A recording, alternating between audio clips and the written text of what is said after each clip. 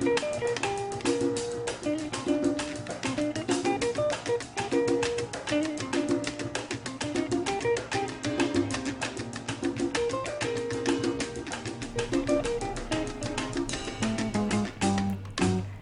I'm Janine Nodder, and this week on Chattin' with Janine, my guest is the Superintendent for Hillsborough County Department of Corrections, Joe Costanzo. Did I say your name right? It right, oh, yes. Good. I'm just going to say Joe from here on out, if that's okay. That works for me. Is that what people call you, or they call you Superintendent, or? Superintendent at work, and Joe is what I go by on the outside. So many people have so many titles that I called the sheriff on the 4th of July. I called him chief. We had our former chief of police standing next to me, and I called him sheriff. It's like, oh, I get my kids' names mixed up too. But I know who you are because I see you at the Hillsborough County Executive Committee meetings. Yep. That's the state representatives or Hillsborough County government. Mm-hmm. So. Yeah, I've been in Hillsborough for it's almost 3 years now. So as of August 22nd, it's my 3rd year in Hillsborough. So as the superintendent? As the superintendent of this jail, yes. Okay, so what did you do before that? So prior to that, I actually started my corrections career in Merrimack County. I started there as an officer in 2009, and in 2021, I was the superintendent up there as well. So I worked my way up through that, and then this opportunity came up, and it's the largest jail in the state of New Hampshire. It's the only urban jail in the state of New Hampshire. Mm-hmm. So I couldn't pass up an opportunity to come down here. So how do you get to be superintendent? Did the voters vote for you, or are you appointed? No, the superintendent is an appointed position by the Board of Commissioners. So I'm appointed by the Board of Commissioners. It falls under RSA 30B. That's what governs jails in the state of New Hampshire, and right in there. So we have 3 of them: Tony Pappas and Commissioner Rowe. Yes, Bob Rowe. And Commissioner Susie. So, okay, that's the 3rd one. Okay, that one's Nashua. Yes, Nashua. Yep. Okay, thank you. So, what do you do as superintendent? As a superintendent, where do you start? my I guess the easiest way to say it is I oversee the daily operations of the facility. I oversee all the aspects. Valley Street Jail? I don't call it Valley Street Jail, but a lot of people know it as Valley Street Jail. What do you call it? I call it the Hillsborough County Department of Corrections. Oh, okay. Yeah. All right. It's actually, the address isn't even Valley Street. I noticed that. Yeah. I noticed that. It's Elm Street. The Valley Street Jail was in the parking lot next to it. So that was when they built this one. Oh, so, okay. Yeah. They built it in 1980 something. About 86, I believe, is when they started, and they occupied in 89. So it's built for about 738 individuals. It's a lot of double occupancy cells. It was just built for a different time in corrections than what it is today. Mm-hmm. So, how big? Well, you just said how big is it, but how many does it house? So today, when I left, we had 291, I think, in custody inside the building, and we had 24 out on pretrial services, so those are out in the community, and we had another 9 individuals out being monitored under our ACT program, which is our substance misuse co-occurring program. Mm-hmm. So SATCO, I remember when we voted for that. Mm-hmm. So I've been a state rep for 15 years. I'm in my 15th year, 8th term. And so I've toured the jail. Well, you don't call it the jail. I've toured the Department of Corrections. Well, it's the jail. I just won't call it that. Yeah. A few times. Yeah. I remember we had to replace the oven or the stove, and then time goes by like this, and we had to vote on replacing the stove. And what we just did that. It's like, oh, I didn't realize that was several terms ago. So, how's the stove holding up? The stove's holding up. When you think about a jail is a 24/7 operation. It never truly shuts down. So, the wear and tear on buildings and just any type of appliances or the plumbing, the electrical, everything is just, there's a huge task on it. And it, over time, things start to break and need to be replaced. And it's kind of, so the stove's doing good. Good. You don't have to pay for a new one yet. No, not a new stove yet. So. And what do you call them? Inmates? Do you call them guests, or what do you call the people that are? They're inmates. Inmates, yes. Okay. Well, some of the people that we work with, they make it sound like it's a resort, with their choice of cuisine. And because I was saying, well, wait a minute, why are you paying that much? They're supposed to be, not want to come back to jail. And don't make it so nice for them, so they don't want to come back. But like Sheriff Arpaio, do you know who he is? I know who he is. With the pink underwear and yeah. I will say that, when you talk about, corrections, and today, the way today's corrections are, I usually don't hear people say it's like how you just described it. But I will say that, the food, we're required, there's certain requirements underneath standards on having all of our food reviewed by dietitians. Our menus are approved. We offer religious meals, from halal to kosher meals to vegan meals. I mean, all of those things come into consideration while individuals are incarcerated. It's not our job, and when you look at it about having things inside the facility, our job is not to punish. Our job is to provide care, custody, and control. We are to remain objective. Let the Your court predecessor system, said the same thing. let the court you're system not there do to it. punish, but And that's what we do.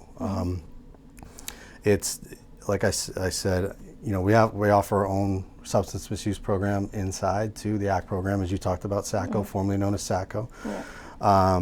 And this new pretrial service pilot program that we have going on right now, that the Board of Commissioners have been fully supportive, and I know the representatives have been fully supportive of as well too. So there's a lot of great things going over there. There's a lot of great staff over there. So most people get arrested for what? Is it drugs still? So this is kind of interesting. Right now we're doing a needs assessment jail planning study that you're familiar with. That you've probably heard me talk about it in the executive committee. It's been a project that's been going on since January of this past year. And part of that, we're going to look at three options. Do we continue to operate the jail the same way we are now, as you talked about things breaking down earlier? Do we look at potentially rehabbing the jail and adding on to it, or just doing a complete overhaul, or building new, right? And so in that, what you need is you need data. You need data to support the future, right? You look at 30-year projections of what our of population, and one of the interesting things that we saw was that we are holding a more violent offender than we ever have before. Wow. What do they do? It's just because of preventive detention, bail reform. Most of the individuals that we house now, and a lot of people say, well, your population's down. Well, yeah, it is down. There's a few contributing factors to that. There was COVID, which we are out of, and then there was bail reform, and there's a new bail law coming out now, which us as superintendents, we take all of that into consideration. And especially when you're doing a project like this, they're forecasting out 30 years. What's our criminal justice system going to look like? Nobody can predict that to the T, but they can use data to predict it pretty well, shall I say. So going back to your original question about the charges they commit, usually they're more violent offender that comes in there, whether it be assault, second degree, first degree assaults. Jails do, a lot of people don't realize that jails do house individuals with serious crimes. They think we just house the misdemeanors or petty charges. That's not the case. Before people go to prison, they come to jail, and they're there for a period of time, whether it be 6 months, could be 6 days, 6 months. We've had people actually stay in jail almost up to 5 years. Really? Awaiting trial. They're at not Valley Street. Valley Street, that's not well, they Valley were with Street. us for that period of time. And jails aren't designed for that. No. Jails are designed for less than a year, right? It's usually a very transient population come in, and then the resolution of their charges, they're either going to the state prison or they get released or they stay with us. But we've seen a significant uptick in the amount of individuals that have been awaiting the court proceedings for over a year. So, and there's a lot of factors to that too. So, when people get arrested, are they taken straight to that jail, or do they go somewhere else first? Usually they go to the PD first. A lot of times it depends on their demeanor. They'll come right to us, but they tend to go to the PDs. Each PD has their booking process, and then they come to the facility. We make sure that they're medically cleared to accept, and they come in, and now we start our booking process, shall I say. And then from there, it depends on the charges, the amount of bail that's been set, but they are arraigned within 24 hours. Usually the next day, they go in front of a judge. We do a lot of video arraignments now. Back when I first started, we would transport everybody, but technology has come a long way. Save money, save the taxpayers' money. Absolutely, Good. does. Then I'm all for it. So yes, it does. So, and the courts have been great to work with. So, but then they're with us for a period of time. It all depends. It can vary. Yeah. So my last tour was with one of my best friends, Senator Victoria Sullivan. Yeah. And while we were there, somebody was brought in, and I was trying not to look at her just to, out of respect. I don't know what she did, but I did notice that she was handled very humanely and with respect. And then there's a room. Do they all go in that one room? There's like a. No, there's a few different areas down in our booking department, just depending on whether or not you've been searched or you're cooperative, or male and female are separated, sight and sound down there. And again, you pointed it out. It's you treat people how you want to be treated. That's been my motto for a long time. It was instilled on me a long time ago. Yeah, your predecessor said that too. And yeah. Most of us have been around and knew each other too. So right, I can't remember the man's name, but when I toured the jail when he was there, we were in the box that looks like the control center for the Starship Enterprise, and with all the buttons, and there was a guard talking to one of the prisoners that was in like in, I don't know what you call it. Maybe in restrictive housing. Yes, and he was standing there having a conversation with him, but he stood aside. I'm like, oh, he's talking to that guy. He goes, yeah, we treat them with respect. But he also explained that the reason he's on this side of the door is because you can't trust him, even though you treat him with respect. You can't trust him. If he stood in front of that, they could reach out from under and grab him. Yeah, just the way the cells are designed. Yeah. And that's one of the things that we teach our officers, and we have a lot of young staff, and we have, again, like I said, we have great staff that work there. And because corrections isn't something you just wake up and say, I want to be in corrections, because that's not what I did. When I got out of college, I said, I think I want to be a police officer. So then I was in the National Guard too as well, and I took the job up in Merrimack, and I just fell in love with it. And it just, because you see, it's very rewarding, and I say this to the new hires as well. It can be very rewarding because you see people at their best sometimes when they leave. Or 2 years, 3 years down the road, when you're walking down the street or you're out and somebody comes up to you and thanks you for the opportunity that they were given, and they introduce you to their kids, and they're just doing great, and that's very important. Yeah. So Senator Sullivan's other hat, she works with people who get out of jail and are looking to get a job and to straighten out their lives. So that's important too. Yeah, we do a lot of transitional case planning too. So as they transition out, especially our sentence population, we'll work with them to ensure, the basics. They have a driver's ID, or they have an ID. They have a place to go. They have a place,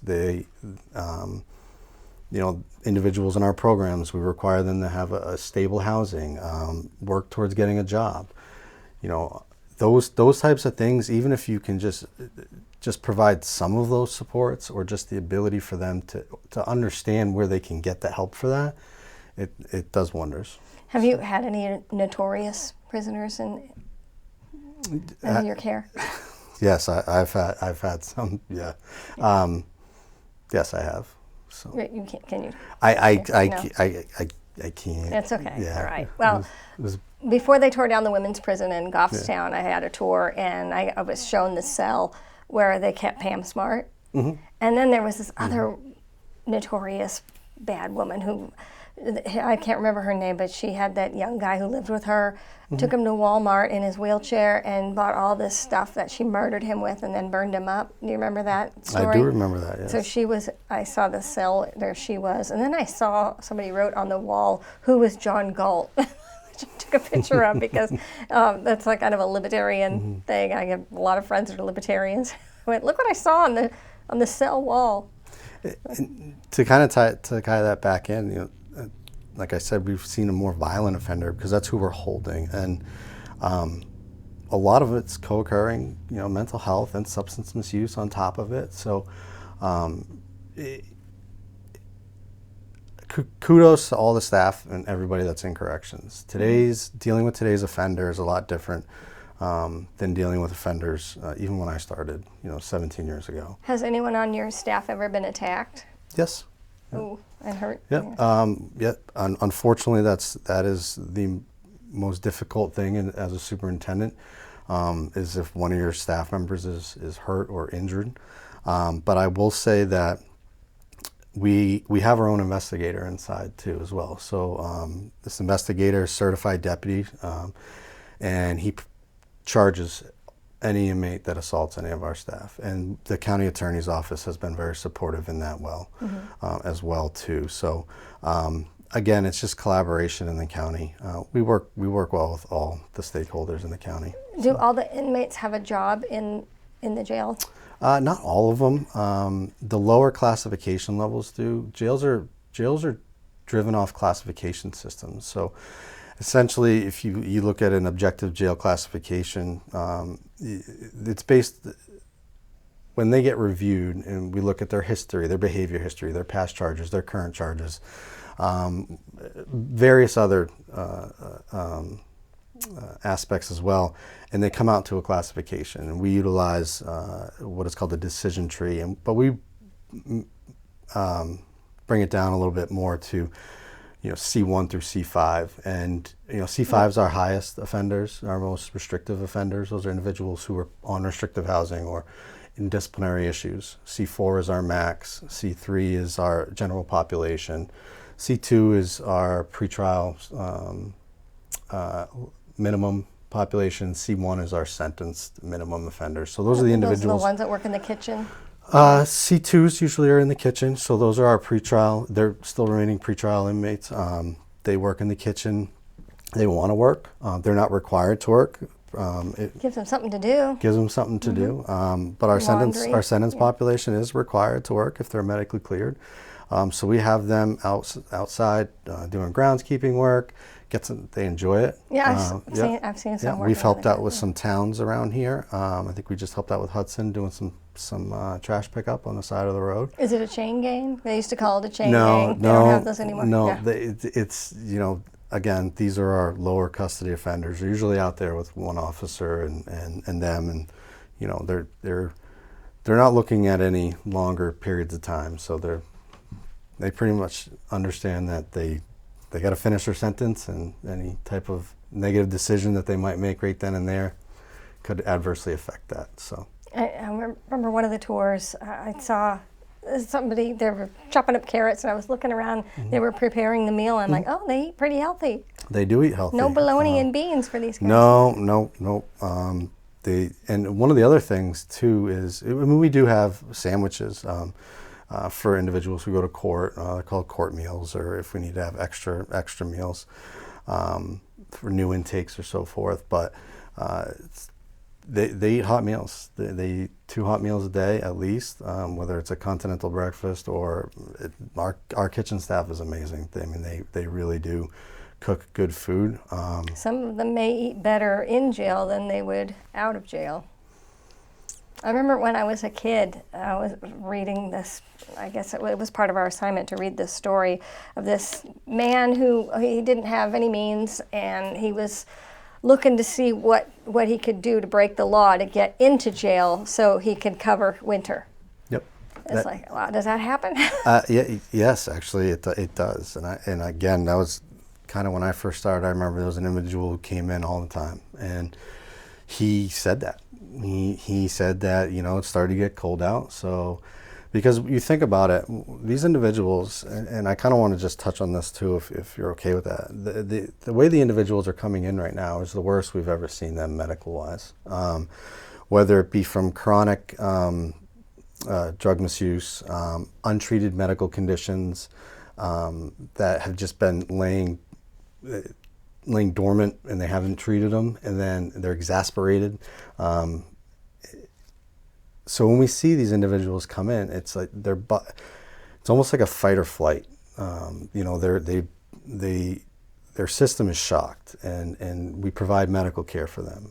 We have nurses 24/7 a day during the day, and we're providing meals, shelter, sustenance. That's what happens when they come in. Medication-assisted treatment for individuals who are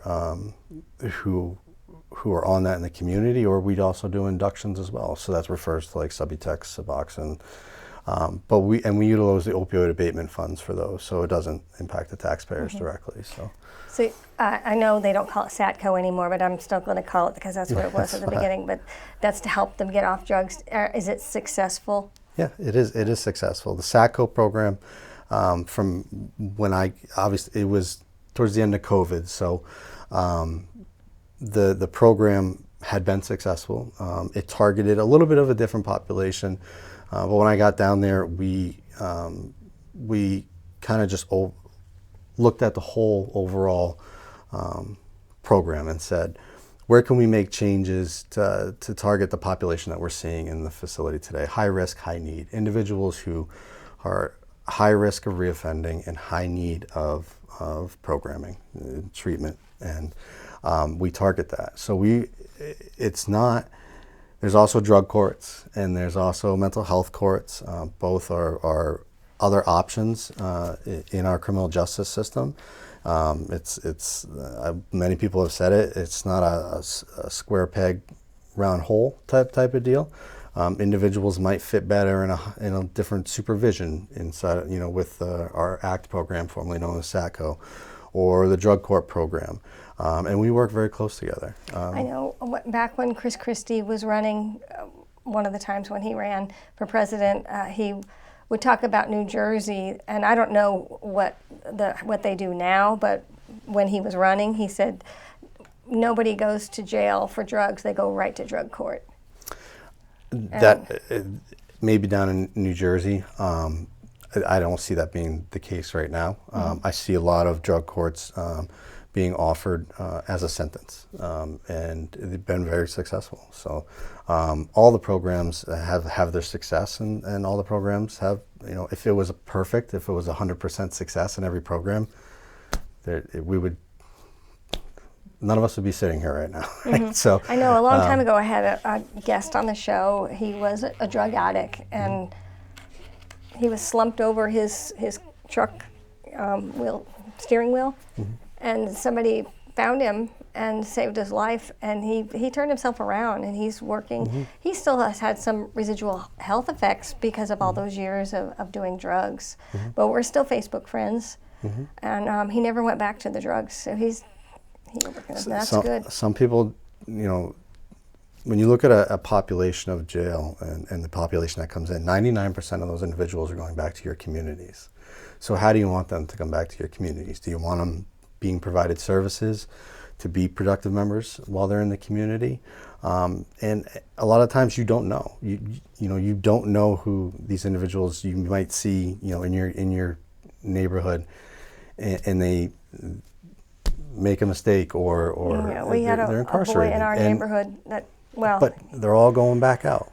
Yeah, and he didn't want to be a drug addict, but he just couldn't. No matter what they did, his parents sacrificed so much to try and help him, and he did not want to be doing drugs, but he kept going back to it, and he died. He died on Thanksgiving one year, and his mom found him. It is, and right now, and I said about the medical conditions earlier, you know,